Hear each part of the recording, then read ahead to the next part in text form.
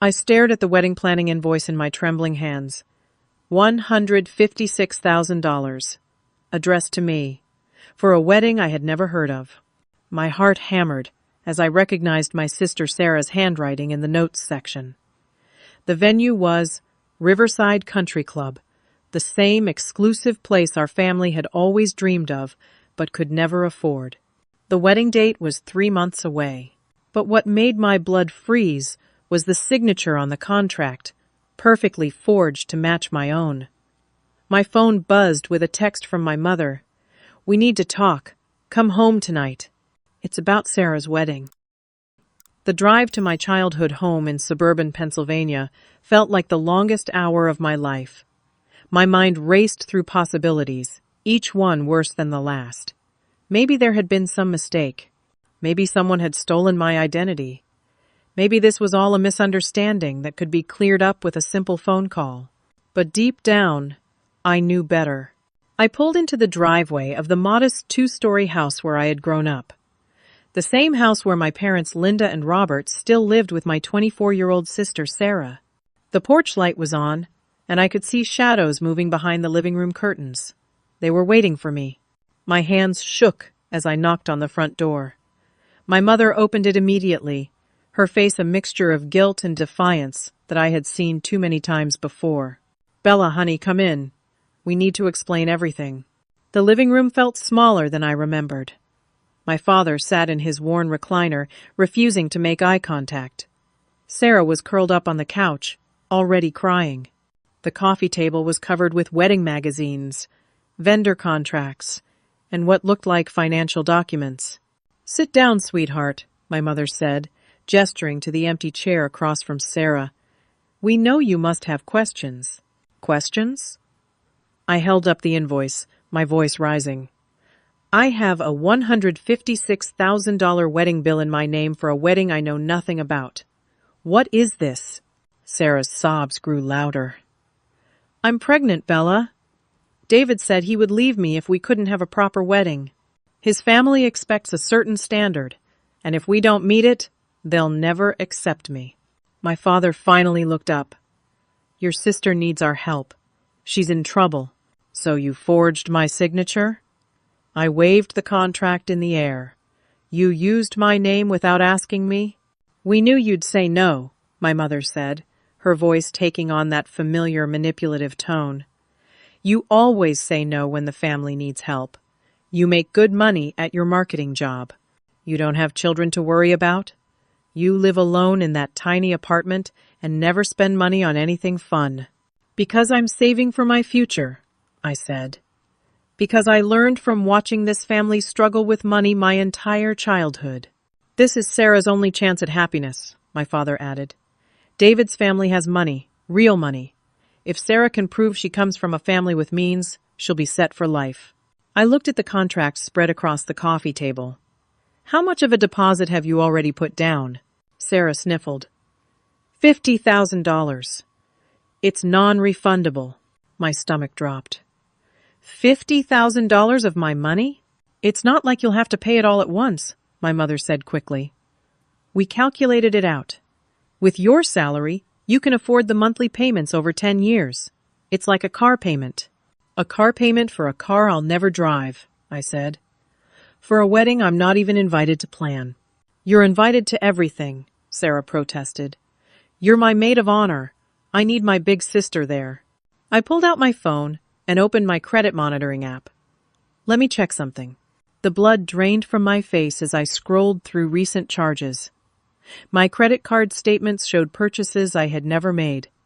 Charges for jewelry, travel, furniture. "What is this $12,000 charge to Brilliance Jewelers?" Sarah held up her left hand, showing off a massive diamond engagement ring. David needed to propose properly. "And this $8,000 charge to European travel services?" "Our honeymoon," Sarah whispered. "David's taking me to Paris and Rome." I kept scrolling. $15,000 to Ashley Furniture? "We needed to furnish our new apartment," Sarah said defensively. "David's parents are visiting next month." The room spun around me. "You've been using my credit for months. The total damage is already over $85,000, and you haven't even had the wedding yet. We were going to tell you, my mother said weakly. We just needed to get everything set up first. Tell me what? That you've been systematically ruining my credit and my financial future behind my back? I stood up, my legs shaky. I need to see all of it. Every contract, every charge, every piece of paper with my name on it. My father shifted uncomfortably in his chair. Now, Bella, don't get dramatic about this. Family takes care of family. We took care of you when you were growing up. We paid for your college education. I paid you back every penny of that college loan, plus interest, I said. I've been making payments to you for 3 years. And now it's your turn to help us, my mother said. Sarah deserves happiness. She deserves a beautiful wedding. You've always been the responsible one, the one with the good job and the perfect credit. We knew you'd understand once we explained, but I wasn't understanding. I was realizing that my family had been planning this betrayal for months, maybe years. They had calculated the cost of my dreams and decided my future was worth sacrificing for Sarah's fantasy wedding. I need to go, I said, grabbing my purse. I need time to think. Don't you dare ruin this for Sarah, my mother called after me. She's counting on you. As I drove home, my mind reeled with the implications. $85,000 in debt that I had never agreed to. Credit cards I didn't know existed. A wedding that would cost more than some people's houses. And a family that saw nothing wrong with destroying my financial future for one day of celebration. When I got back to my apartment, I spread the contracts across my kitchen table and started making a list. Every charge, every vendor, every signature that wasn't mine. The evidence of what my family had done was overwhelming. But the worst part wasn't the money. It was the betrayal. They had looked at my life, my careful planning, my responsible choices, and decided that none of it mattered as much as Sarah's happiness. They had taken my trust and turned it into a weapon against my own future. As I sat in my quiet apartment, surrounded by the wreckage of my family's deception, I realized that this was just the beginning. If they could do this, if they could justify this level of betrayal, what else were they capable of? I picked up my phone and started taking pictures of every document. If my family wanted to play games with my financial future, I needed to understand exactly what game we were playing. The next morning, I woke up with a splitting headache and a determination to get answers. I called my parents and demanded a family meeting. I want everyone there, I said, including Jake. My older brother Jake lived across town with his girlfriend, and I hadn't seen him at a family gathering in months. When I asked my parents why he never came around anymore, they always made excuses. Now I wondered if there was more to his absence. I arrived at the house at 10 a.m. to find Jake's truck already in the driveway. Through the window, I could see him sitting at the kitchen table with a cup of coffee, looking like he'd rather be anywhere else. "Jake," I said as I walked in, "I'm glad you're here." He looked up at me with guilt written all over his face. "Bella, I'm sorry. I tried to warn you, but I couldn't figure out how." "Warn me about what?" My parents and Sarah filed into the kitchen, and suddenly the small space felt suffocating. Everyone was looking at each other, but no one was looking at me. "Jake, tell her," my mother said sharply. "Tell her how you refused to help your own sister." Jake ran his hands through his hair. "They asked me to co-sign for the wedding expenses 6 months ago. They wanted to use my credit, too. I said absolutely not." 6 months ago? I stared at my family. "You've been planning this for 6 months?" "Longer than that," Jake admitted. "They've been talking about using your credit since Sarah got engaged." "That's over a year ago, Bella." Sarah burst into tears again. "We didn't have any other choice. David's family expects a certain level of sophistication. They need to see that I come from a family with means." "But we don't have means," I said. "We've never had means. Dad's construction company has been struggling for years." My father's face reddened. We lost 3 major contracts during the economic downturn. Work has been slow. Your mother had to take a second job at the grocery store just to keep up with the mortgage payments. So you decided to solve your money problems with my money. It's not like you ever spend anything on yourself, my mother said. You live in that tiny apartment, drive a car that's 10 years old, and never go anywhere or do anything fun. We calculated how much you could afford. She pulled out a notebook filled with handwritten numbers. Look, we did the math. Your salary is $68,000 a year. After taxes, rent, and basic living expenses, you have approximately $2,000 left over each month. The wedding payments would only be about $1,500 a month for 10 years. I stared at the notebook. They had planned out my entire financial future without consulting me. You calculated my life down to the penny. We know you better than anyone, my father said. We know you're responsible. We know you'll make it work. But this isn't just about the wedding, Jake said quietly. Tell her about the other stuff. My stomach clenched. What other stuff? My mother shot Jake a warning look, but he continued. They've been intercepting your credit card statements for months. Any mail that comes to their address with your name on it, they've been opening. I never changed my address here when I moved, I realized. Some of my financial mail still comes here. They've been using your social security number for other things too, Jake said. Credit applications, apartment lease applications, even job applications. I felt dizzy. Job applications? Sarah stopped crying long enough to look defensive. I've been using your resume to apply for marketing jobs. You have experience I don't have. I thought if I could get a good job, we could pay you back faster. You've been pretending to be me? Not pretending, Sarah said. Just borrowing your qualifications temporarily. That's identity theft, I said. That's a federal crime. Don't be dramatic, my mother said. It's family helping family. Jake pulled out his phone and showed me a text thread. Look at this. This is from 3 months ago. The messages were between Jake and my mother. She had asked him to co-sign for a car loan in my name. When he refused, she had called him selfish and ungrateful. They've been trying to use all of us, Jake said. But I've been keeping my distance because I knew something like this was coming.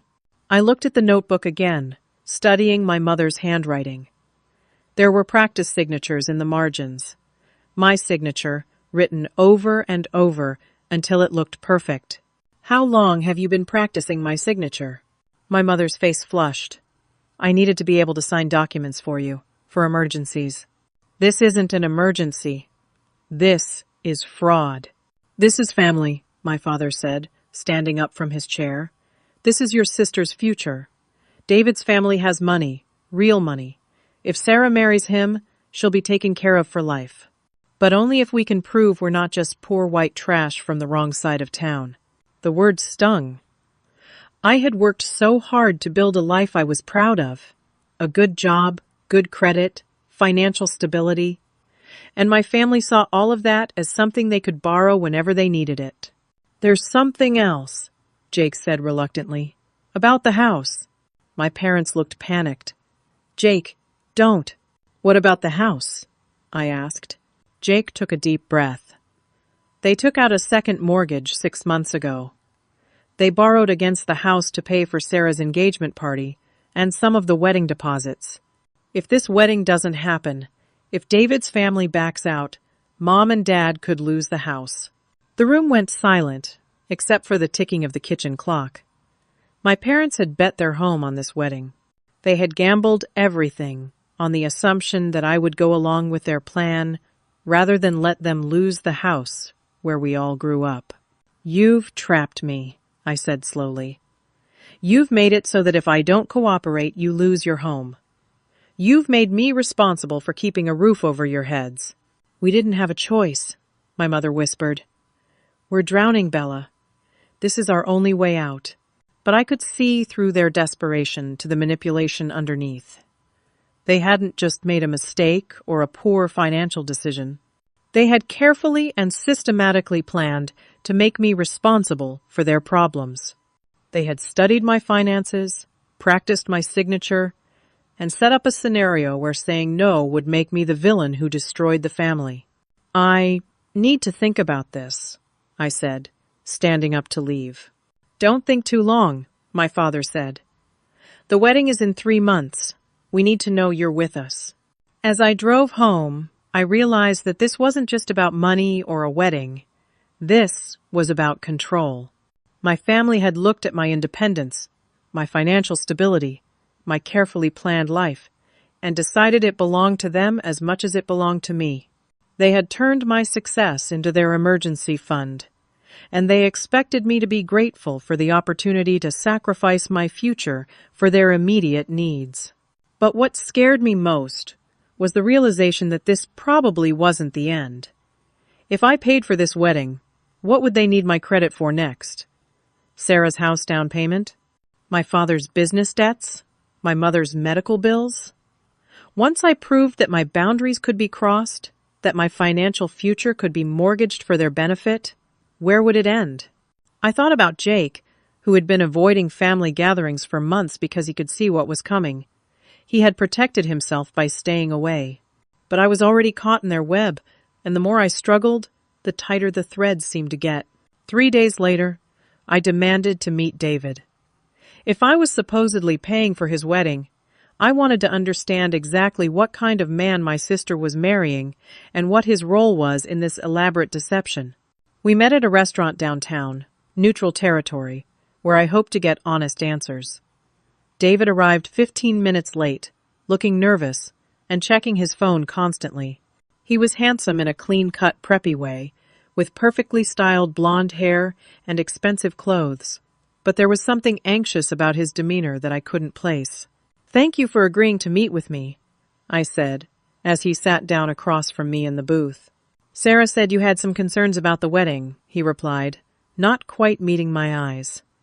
"I want to assure you that I love your sister very much." "Do you?" I asked directly. "Because this whole situation seems very strange to me." David shifted uncomfortably. "What do you mean?" "I mean that a $156,000 wedding is a lot of money for someone who supposedly loves my sister. Why does the wedding have to be so expensive? Why can't you just have a simple ceremony?" "My family has expectations," he said carefully. "They need to see that Sarah comes from a family with means. If they think she's just marrying me for money." "Is she?" The question hung in the air between us. David looked down at his hands, and I could see him struggling with how much truth to tell. "It's complicated," he finally said. "Uncomplicate it for me." David glanced around the restaurant, then leaned forward and lowered his voice. "My family has money, a lot of money, but there are conditions attached to my inheritance." "What kind of conditions?" "I have to be married by my 30th birthday, or I lose access to the trust fund. I turned 30 in 4 months. The pieces were starting to fit together in a way that made my stomach churn. So this is about your inheritance." "It's not just about money," David said quickly. "Sarah is a wonderful person. She's kind and beautiful, and she makes me laugh. But yes, the inheritance is part of it." "How much are we talking about?" $2 million, he said quietly. "Plus interest that's been accumulating since I turned 25. I sat back in my seat. "So you're willing to spend $156,000 of my money to secure $2 million of your money?" "It's not like that," David protested. "My family would never accept a cheap wedding. They'd see it as proof that Sarah's family doesn't have class or sophistication. They'd assume she was a gold digger and pressure me to call off the engagement." "But she is a gold digger," I pointed out. "You just said this marriage is about your inheritance." David's face reddened. "That's not fair. Sarah and I have a genuine connection. We understand each other." "Understand each other how?" He was quiet for a long moment, staring at his untouched coffee. When he looked up, his eyes were filled with something I couldn't identify.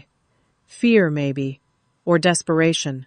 "My family doesn't know the real me," he said finally. "They have very specific expectations about who I should be and how I should live my life. Sarah understands the pressure of living up to other people's expectations." What aren't you telling me, David? He checked his phone again, then looked around the restaurant once more. Can I trust you? I don't know. Can you? David took a deep breath. I'm gay, Bella. I've been in love with the same man for 3 years. His name is Thomas, and he's the kindest, most brilliant person I've ever met. But my family would disown me if they knew. They're very conservative, very religious. Being gay would cost me everything, not just the money. The confession hit me like a physical blow. Does Sarah know? Yes, she's known from the beginning. That's why we understand each other so well. She needs financial security, and I need social cover. We've agreed to a marriage of convenience. A marriage of convenience, funded by my credit cards. We tried to find other ways, David said desperately. But Sarah's family doesn't have money, and my family would be suspicious if I paid for everything myself. They expect the bride's family to contribute significantly. So you've been paying my parents. David looked confused. What do you mean? My parents have been receiving $5,000 a month from someone. I'm guessing that's you. His face went pale. They told me that was your money. They said you were contributing to the wedding fund but wanted it to be a surprise for Sarah. My hands clenched into fists under the table. I haven't given them a penny voluntarily. Every dollar you've paid them has been stolen from my credit accounts. That can't be right, David said, but his voice was uncertain. They showed me bank statements. They said you were the one planning everything behind the scenes. I didn't even know about this wedding until 3 days ago. David stared at me in horror. Oh my God, they've been lying to both of us. What exactly did they tell you about me? They said you were a successful marketing executive who owned part of a firm. They said you were thrilled to help pay for the wedding because you wanted Sarah to have everything you never had. They said you were shy about taking credit, so you wanted them to handle all the arrangements. I felt sick. My family had been lying to David about my involvement while forging my signature on contracts and running up my credit cards. They had created an elaborate fiction, where I was a willing participant in funding my sister's fake marriage. There's something else you need to know, I said. Sarah told our parents she's pregnant. David's eyes widened. That's impossible. Why? Because we've never. He trailed off, looking embarrassed. Our relationship isn't physical. It never has been. We're friends, nothing more. So, that had been a lie too. Sarah had used a fake pregnancy to manipulate our parents' emotions and justify the urgency of the expensive wedding. David, what happens after you get your inheritance? He was quiet for a long moment. I don't know. Sarah and I agreed to stay married for at least a year to avoid suspicion. After that, you'll divorce her. Probably, he admitted. Once I have access to the trust fund, I can afford to be more independent from my family. Thomas and I have talked about moving to California, where we can be more open about our relationship. And Sarah will be left with nothing. She'll get a divorce settlement. I wouldn't leave her with nothing. But I'll still be responsible for the wedding debt. David's face crumpled. I didn't know. I swear I didn't know any of this was being done without your consent. I believed him. David was a victim of the same manipulation I was, just in a different way. My family had lied to him about my involvement, while lying to me about his intentions. They had created a complex web of deception that entangled everyone except themselves. What do we do now? David asked. I don't know yet, I said. But I know that continuing with this wedding as planned isn't an option. Too many people are being hurt. If I don't get married by my birthday, I lose everything, David said desperately. My family will cut me off completely. I won't have any way to support myself or Thomas. And if this wedding happens, I lose everything, I countered. $156,000 plus interest over 10 years, plus whatever other debts my family decides to put in my name in the future. We sat in silence. Two people who had been manipulated into financing a solution to problems we didn't create. David needed a marriage to secure his inheritance. Sarah needed a wealthy husband to secure her future. My parents needed money to save their house, and I was the only one being asked to sacrifice my actual future for everyone else's immediate needs. There has to be another way, David said. Maybe, I said, but not the way we're doing it now.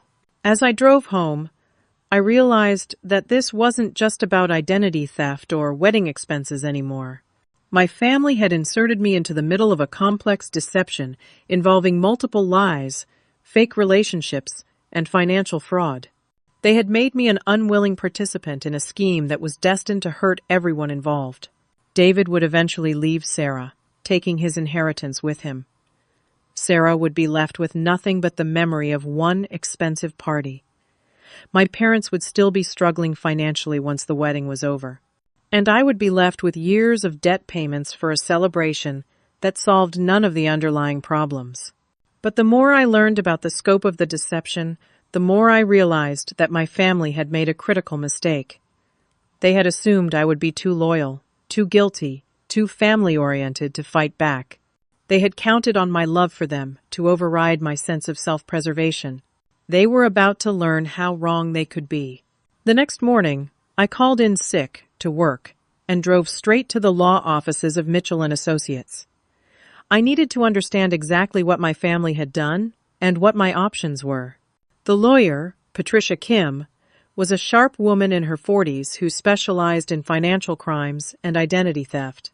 She listened to my story without interruption, taking notes and occasionally asking for clarification.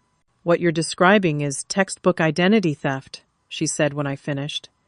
"The fact that it's your family doesn't change the legal definition of the crime. What are my options?" "Legally, you can file criminal charges against your parents and sister for identity theft, fraud, and forgery. You can dispute all the charges with the credit card companies. You can demand that all contracts signed in your name without your consent be voided." That sounds straightforward. Patricia shook her head. "It's not straightforward at all. Family cases like this are complicated and expensive. You'd be looking at years of litigation, and the emotional toll would be significant.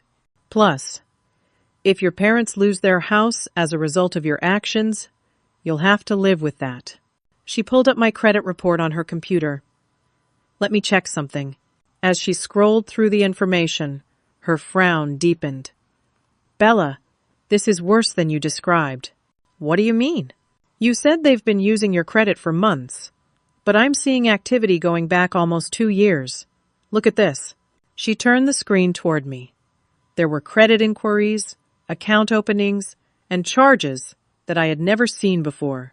"This apartment rental application is from 18 months ago. It's for a place in downtown Philadelphia, far nicer than where your sister actually lives." "I don't understand." "Someone has been using your identity to apply for apartments, jobs, and credit cards for over a year. Your credit utilization is at 87% across multiple cards you didn't know existed." My head spun as Patricia continued scrolling. "Here's a car loan application from last year.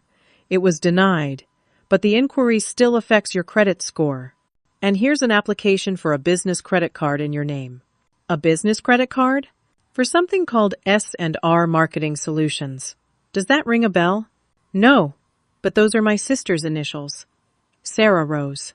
Patricia made another note. "Your sister has been using your identity to establish business credit. If that business defaults on any payments, you're legally responsible." She clicked to another screen. "But the most serious issue is this mortgage refinance document." "What mortgage refinance?" "According to this, you co-signed on your parents' mortgage refinance 6 months ago. The paperwork shows your signature and lists you as a guarantor." The room started spinning. "That's not possible. I never signed anything like that. The signature looks authentic to me, but if it's forged, this is a very serious crime. As a co-signer, if your parents default on their mortgage payments, the bank can come after your assets and garnish your wages." Patricia pulled up more documents. "It gets worse. Your parents have listed you as a reference on multiple credit applications, claiming you're a business partner who can verify their income. They've been inflating their reported income by claiming you're paying them a salary. So I'm financially responsible for their house, and they've been using my name to qualify for more credit. Exactly. And because your credit score is excellent, they've been approved for higher limits and better terms than they would qualify for on their own. I felt nauseated. How much total debt am I looking at? Patricia pulled up a summary screen. Between the wedding expenses, the existing credit card debt, the mortgage co-signing, and the business credit cards, you're looking at approximately $350,000 in potential liability. $350,000? The wedding is only part of it. Your family has been using your identity as collateral for their entire financial life. I stared at the computer screen in disbelief. My careful, responsible, budgeted life had been hijacked. My family had taken my financial stability and leveraged it to support their spending for almost 2 years. What happens if I report this to the police? The police would investigate and likely file charges. Your family members could face jail time for identity theft and fraud. But proving that signatures are forged can be difficult, especially when the perpetrators had access to documents with your real signature for comparison. What about the wedding? If you dispute the charges, the credit card companies would launch their own investigation. The wedding vendors would likely demand immediate payment or cancel their services. The non-refundable deposits would be lost. And my parents' house? If you're removed as a cosigner due to fraud, the bank would reevaluate your parents' creditworthiness. Given their actual income and debt load, they'd likely be required to pay the loan in full immediately or face foreclosure. I rubbed my temples, trying to process the magnitude of what my family had done. So my options are to either let them destroy my financial future or to take actions that could put them in jail and make them homeless. I'm afraid those are the realistic options, yes. Patricia leaned back in her chair. There's one more thing you should know. I did some research on your sister's fiancé, David Chen. His last name is Chen? Yes. His family owns Chen Industries, a major real estate development company.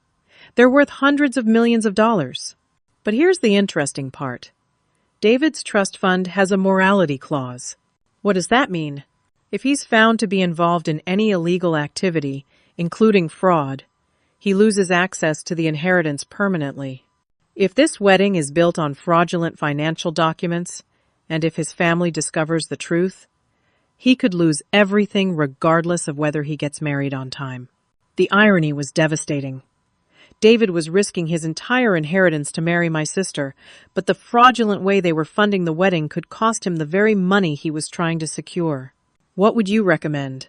I asked. Patricia was quiet for a long moment. Honestly, I'd recommend getting as far away from this situation as possible. File the police reports, dispute the charges, and let the legal system sort it out. Your family has committed serious crimes, and the longer you wait to report them, the more guilty you appear of complicity. But they're my family. Families don't usually steal hundreds of thousands of dollars from each other, Patricia said gently. What they've done to you isn't love, Bella. It's exploitation.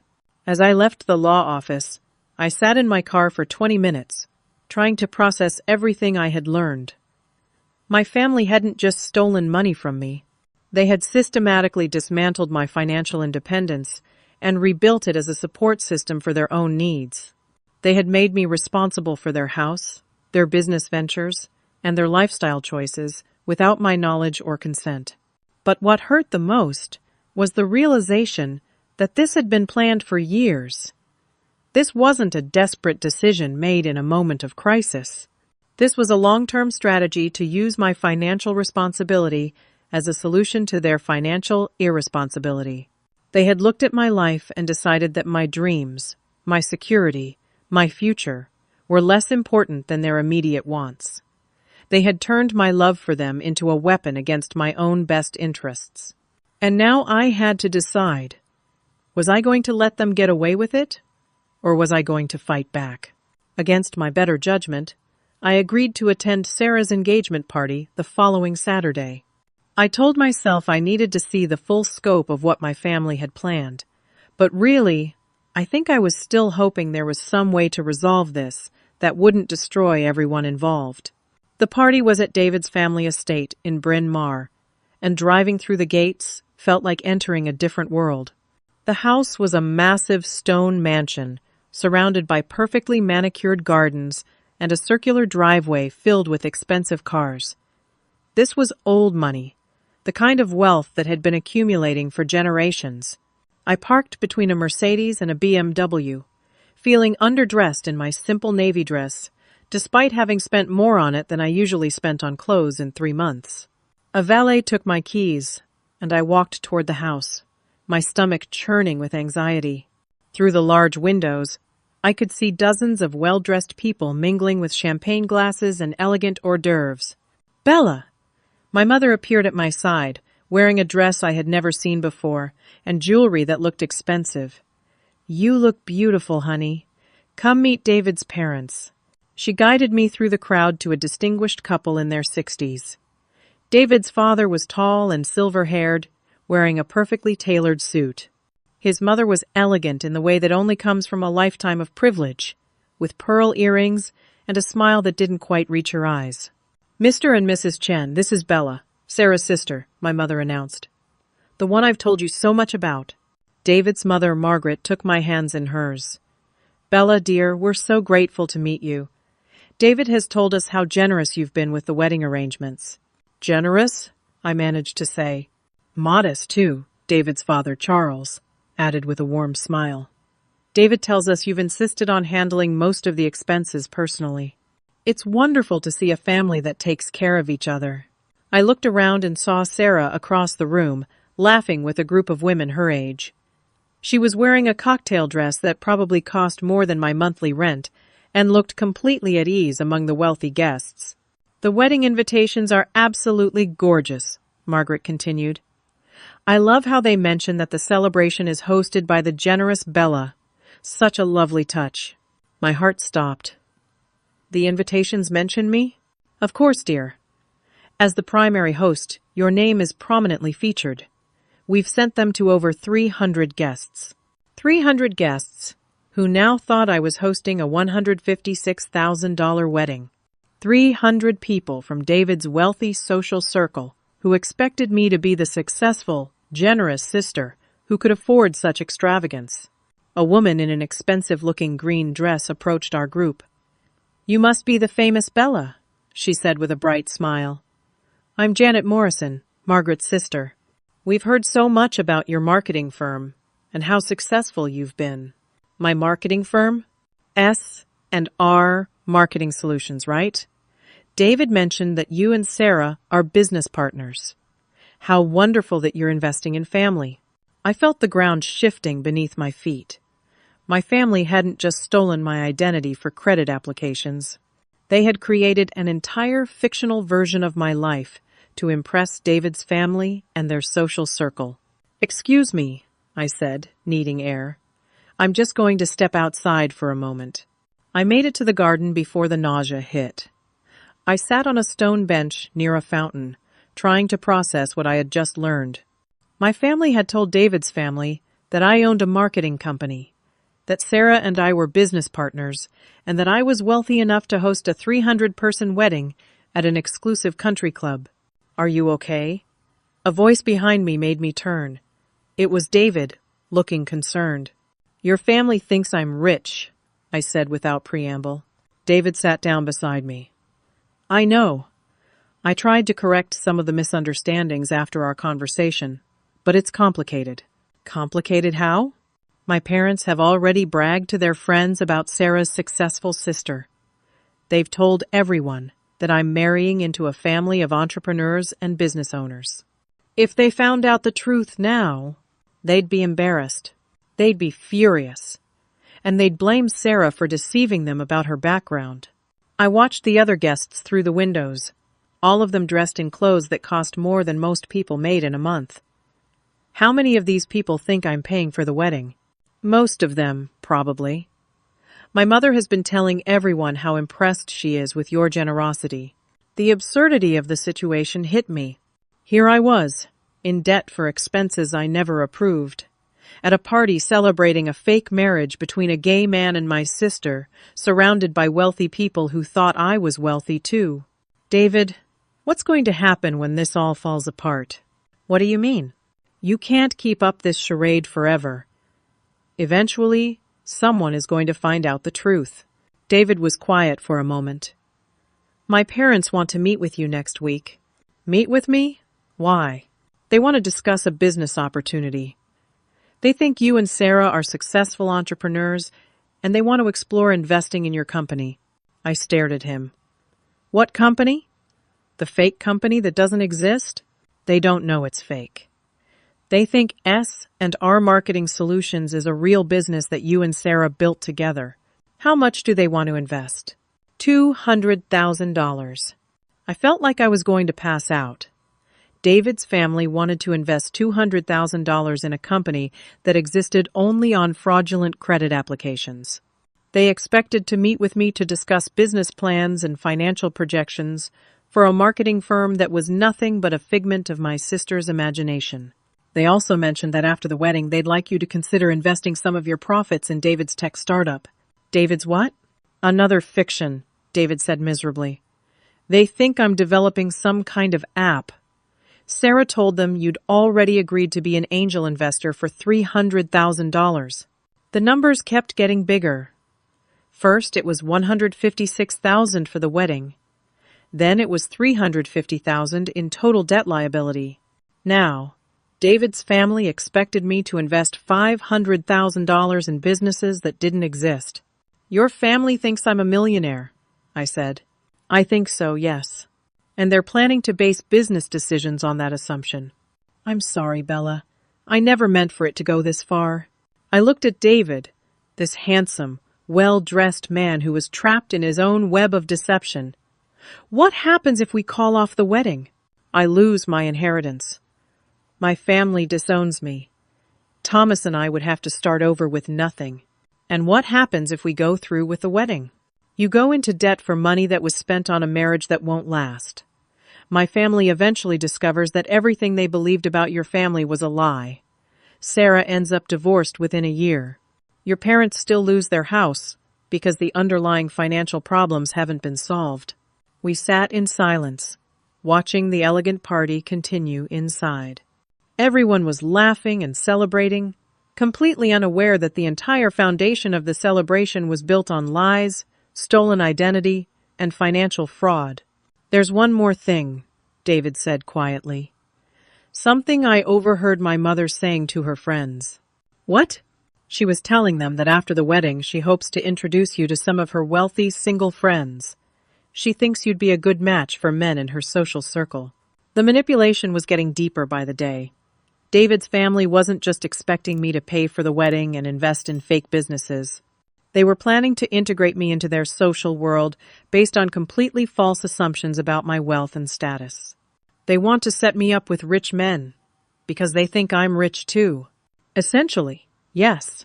I realized that my family's deception had created expectations that extended far beyond one wedding.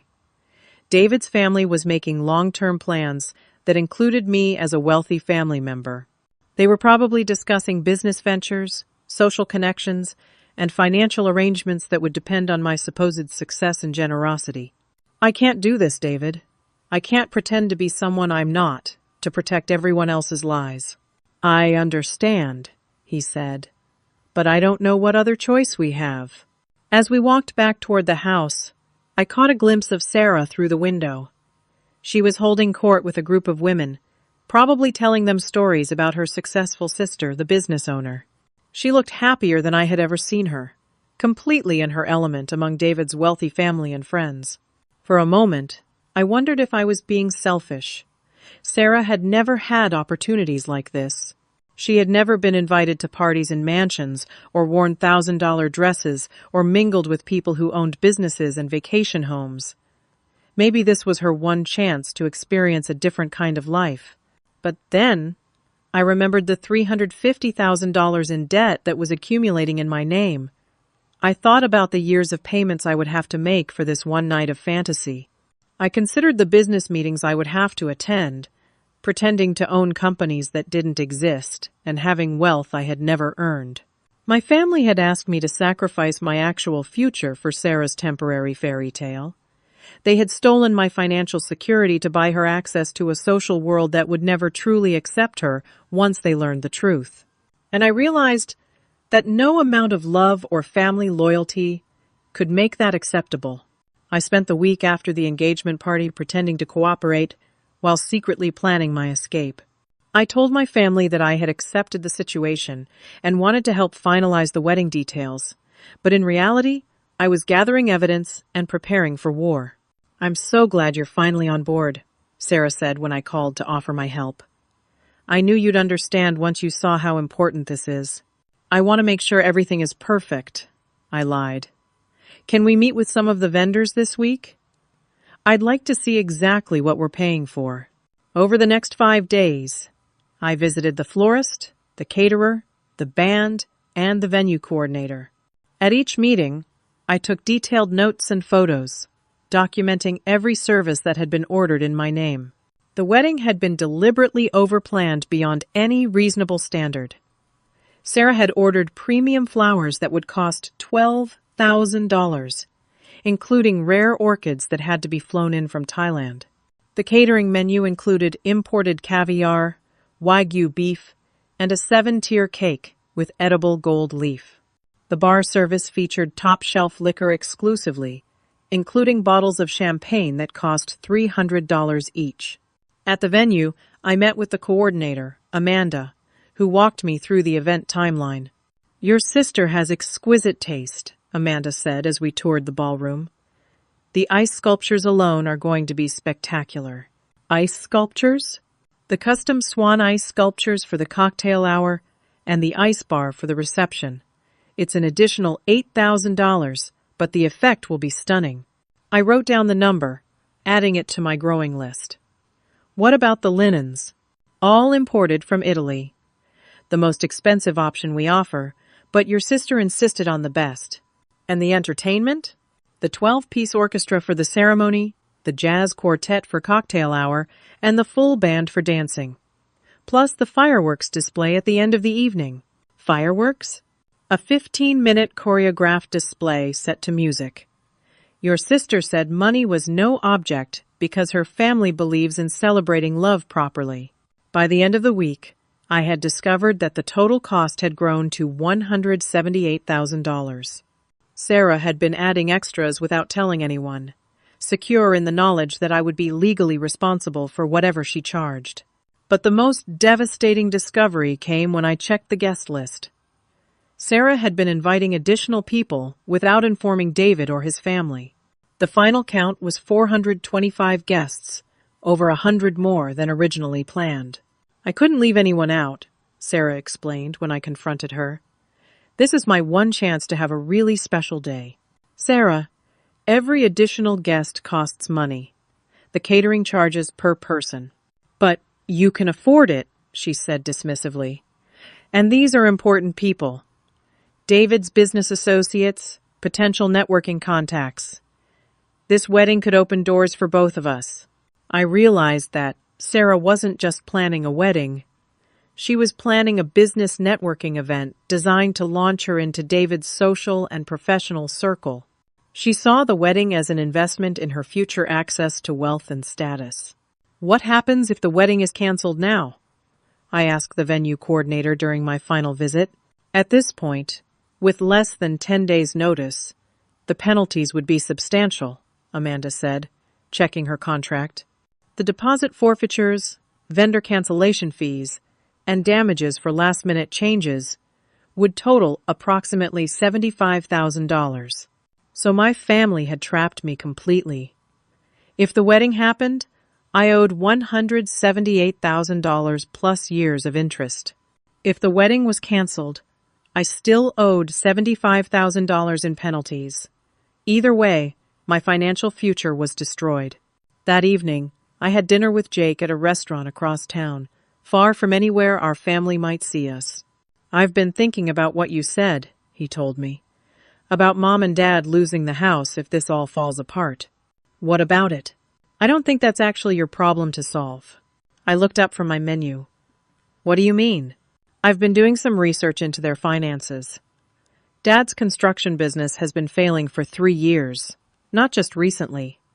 They've been living on credit cards and borrowed money for a long time. The house was already in trouble before they ever started planning Sarah's wedding. How do you know that? Because they asked me for money 2 years ago, $10,000 to catch up on mortgage payments. I gave it to them because I thought it was a temporary problem. They never paid you back. No. And 6 months later, they asked for another $15,000. That's when I started saying no and avoiding family gatherings. I realized they were just going to keep asking until I had nothing left. Jake pulled out a folder of documents. I did some digging. They've been borrowing against the house equity for 5 years, taking out home equity loans and refinancing over and over. The wedding isn't why they're going to lose the house. The wedding is their plan to avoid losing the house. I looked through the papers. Multiple loans, refinancing documents, and equity withdrawals. My parents had been systematically draining the value from their home for years. They're basically broke, Jake continued. The only asset they have left is their good relationship with us. They've been counting on our love and loyalty to keep them afloat financially. So even if I pay for the wedding, they'll need more money in 6 months, and 6 months after that, and 6 months after that. Your credit will become their permanent emergency fund. The realization hit me like a physical blow. This wasn't about one wedding or one financial crisis.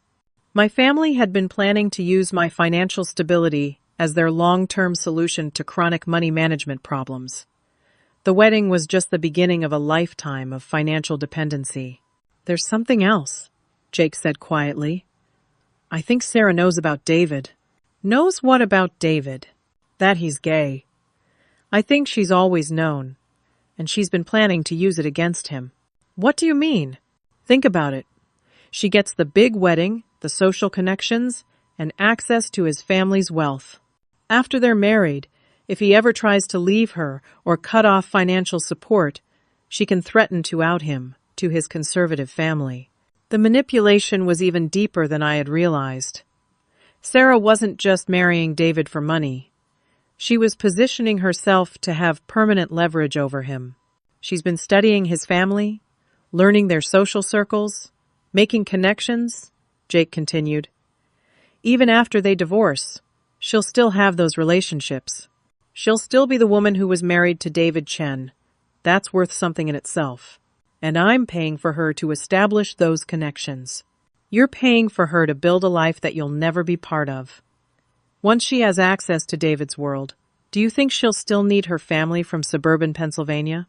I thought about Sarah at the engagement party, how comfortable she had looked among the wealthy guests, how easily she had adopted their mannerisms and speech patterns. She was already transforming into someone who belonged in that world. What do you think I should do? I asked Jake. I think you should run, he said simply. Get as far away from this as possible and let them deal with the consequences of their own choices. That night, I made my decision. I couldn't save my family from their financial problems, but I could save myself from becoming a permanent solution to them. I could stop the cycle of manipulation and exploitation before it destroyed my entire future. I began making preparations for the most difficult decision of my life. The morning of Sarah's wedding dawned bright and clear. I woke up at 5 a.m. in my hotel room in Denver, Colorado, 1,200 miles away from the chaos I had left behind. 2 days earlier, while my family thought I was helping with final wedding preparations, I had been executing the most carefully planned escape of my life. Using the marketing and project management skills I had developed in my career, I had documented everything, gathered evidence, and prepared for every possible consequence of my actions. At 6 a.m. on the day before the wedding, I had driven to the police station and filed formal reports for identity theft, fraud, and forgery. I brought printed copies of every forged signature, every unauthorized credit application, and every contract that had been signed in my name without my consent. Detective Martinez, who handled white-collar crimes, told me it was one of the most thoroughly documented cases of family financial abuse he had ever seen. "Your family didn't just steal from you," he said as he reviewed the evidence. "They created an entire false identity and used it to defraud multiple financial institutions. This is serious federal crime territory." While the police began their investigation, I went to my bank and opened a new account that my family had no knowledge of. I transferred my real savings, the money I had actually earned and saved through years of careful budgeting. It wasn't a lot by David's family's standards, but it was enough to start over somewhere new. The job transfer to my company's Denver office had been approved 3 months earlier. I had been hesitating about accepting it, worried about leaving my family behind. Now I realized that leaving them behind was exactly what I needed to do. At noon on the wedding day, exactly as guests were arriving at Riverside Country Club, I sent a carefully crafted group text message to my parents, Sarah, David, and David's parents. The message was simple, direct, and backed up with photographic evidence. This wedding was planned and paid for using my stolen identity. I never consented to any of these expenses. The signatures on all contracts are forged. I have filed police reports for identity theft and fraud. All credit card companies have been notified. Wedding vendors should demand immediate payment or cancel services. I am no longer financially responsible for any charges made in my name without my consent, Bella. I attached photos of the police reports, copies of the forged signatures, and screenshots of the unauthorized credit accounts. Then I turned off my phone and drove to my new apartment in downtown Denver. The fallout was swift and devastating, but I only learned about it in pieces over the following weeks. David called me from a new number 5 days after the wedding that never happened. The police showed up just as the first guests were arriving, he told me. They had a warrant to seize documents related to the fraud investigation. Wedding vendors started demanding immediate payment when they received your text. The venue coordinator locked the doors when no one could prove they had authorization to use your credit. What happened to the guests? They found locked doors and a sign saying the event was canceled due to fraud investigation. It was humiliating for everyone involved. "I'm sorry you got caught up in this, David." "Don't be sorry. You saved my life." When my parents learned the truth about the financial deception, they were furious, but not at me. They realized I had been manipulated too. "What about your inheritance?" I called a family meeting and told them everything. About Thomas, about the pressure I felt to get married, about Sarah's family's lies. It was the hardest conversation of my life, but also the most freeing. How did they react? Better than I expected. My father said he'd rather have an honest gay son than a dishonest straight one.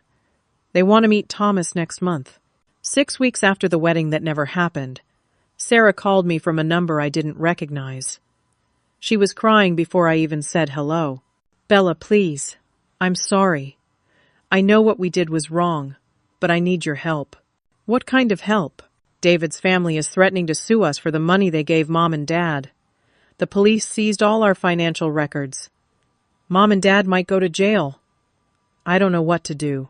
"What does your lawyer say?" "We can't afford a lawyer. We used all our savings for the wedding deposits." For the first time in months, I felt sorry for Sarah. But I also felt something else. Relief that I wasn't responsible for fixing her problems anymore. "Sarah, I've learned something important over the past few months. Love doesn't mean sacrificing your future for someone else's mistakes. Family doesn't mean letting people steal from you because you share DNA." "But we're family," she whispered. "Family takes care of family. Real family takes care of each other. What you did was take advantage of family. There's a difference." 3 months after the wedding, Jake visited me in Denver. He had been going to therapy to understand the family dynamics that had allowed the fraud to continue for so long. "I should have warned you earlier," he said as we hiked through the Rocky Mountains. "I should have told you what they were planning." "You tried to protect yourself the only way you knew how," I said. "I don't blame you for that. How are you doing?" "Really? Better than I've been in years. Turns out, Not having to manage everyone else's financial crises is incredibly liberating. My credit score had recovered after the fraudulent accounts were removed. My new job was challenging and rewarding, working with outdoor recreation companies to develop marketing campaigns for hiking and camping gear. I had made friends who appreciated my authenticity, rather than seeing me as a solution to their problems. 6 months after the wedding, I received an unexpected call from David's mother, Margaret. "Bella, dear, I want to apologize for what our families put you through." "Mrs. Chen, you don't need to apologize. You were deceived too. I've been thinking about something you said at the engagement party, about how families should support each other without exploitation. David told me about your new life in Colorado, and I'm proud of you for having the courage to start over. Thank you. I also wanted you to know that David and Thomas are very happy together. We're planning a real celebration for them next spring. Small, intimate, and honest. The way celebrations should be. 1 year after the wedding that never happened, my parents were sentenced to community service and probation for identity theft. Sarah was required to attend financial management counseling. The house was sold to pay back the money they owed David's family, and my parents moved into a small apartment across town. Sarah got a job at a local marketing firm, using her real qualifications this time. She called me on the anniversary of the canceled wedding. "I've been thinking about what you said," she told me, "about real family supporting each other." "What about it?" "I want to start over. With us, I mean. I want to be your real sister, not someone who takes advantage of your success." "That sounds good," I said. "But it has to be real this time. No more lies, no more manipulation, no more using family as an excuse for bad behavior." "I know. I'm in therapy now, trying to understand why I thought any of that was okay." 2 years later, I was promoted to Regional Marketing Director for my company's Western Division. I had bought a small house in the foothills outside Denver, with a view of the mountains and enough space for a garden. I had learned to rock climb, joined a hiking club, and met someone who valued my independence as much as I did. On a clear Saturday morning, I was having coffee on my deck when my phone rang. It was Jake, calling with news that our parents wanted to visit for Thanksgiving. "They want to apologize properly," he said. "And they want to see how you've built your life in Colorado." "What do you think?" I asked. "I think people can change, but only if they're truly committed to it. And I think you've earned the right to decide what kind of relationship you want with them." I looked out at the mountains, thinking about the journey that had brought me here. 2 years ago, I had been trapped in a web of financial manipulation and family exploitation. Today, I was free to make my own choices about who to trust and how to love. "Tell them they can come," I said. "But they're paying their own way, and they're staying in a hotel." Jake laughed. "Fair enough." After I hung up, I sat in the quiet of my own space, surrounded by the life I had built for myself. The mountains stretched out endlessly in front of me, beautiful and solid and real. I had learned that true security doesn't come from trying to manage other people's problems or from sacrificing your future to fix their past mistakes. It comes from knowing yourself well enough to recognize when you're being manipulated, and loving yourself enough to walk away when necessary. It comes from understanding that family is about mutual support and respect, not about who can take the most while giving the least. The wedding that never happened had cost me a year of stress, thousands of dollars in legal fees, and the comfortable illusion that family love conquers all. But it had also given me something invaluable: the knowledge that I could survive anything, and the courage to build a life based on my own values rather than other people's expectations.